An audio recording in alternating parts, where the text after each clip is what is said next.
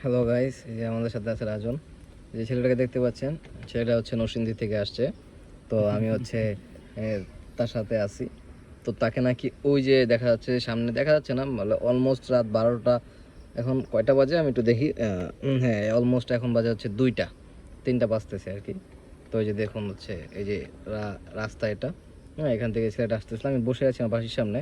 তো এসে দৌড়ে আমার হাত পায়ে ধরলো। ভাই বললো যে সামনে নাকি ওকে ছিনতাইকারী আটক করেছে। হ্যাঁ, ছেলেটা দেখেন মাথায় এমন একটা বাড়ি দিছে, পাগল মানে সে, মানে মাথায় এত আঘাত পাইছে যে সে দুঃখে হাসতেছে। তার ফোন টোন সব রেখে দিছে। আমরা বুঝতেছি না কি হয়েছে এখানে, কি মানে কি চলতেছে। হ্যাঁ, আমাদের দেশে কি চলতেছে দেখুন। ছেলেটা এখন মানে সব নাই, পকেট টকেট সব খালি, শার্টটার ছিঁড়া ছিল, পরে মানে ল্যাংড়া করা অবস্থা। পরে আমি হচ্ছে জামা কাপড় দিছি তাকে।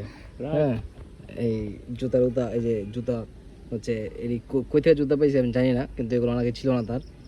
এখন আমি বুঝতেছি না। সে বলতেছে আমার সাথে সাহায্য করতে, সে বাড়ি যাবে, তাকে বাড়ি পৌঁছায় দিতে। আপনারে বলুন গাইস যে আমার সাহায্য করা উচিত কিনা বা কি আসলে বিষয়। যে কেমন পাগলামি করছে, মাথার ভিতরে এমন আঘাত দিছে যে মাথার চুল ঠিক করতে ব্যস্ত সে এখন। ঠিক আছে, আপনারে বলুন গাইস আমি কি করব।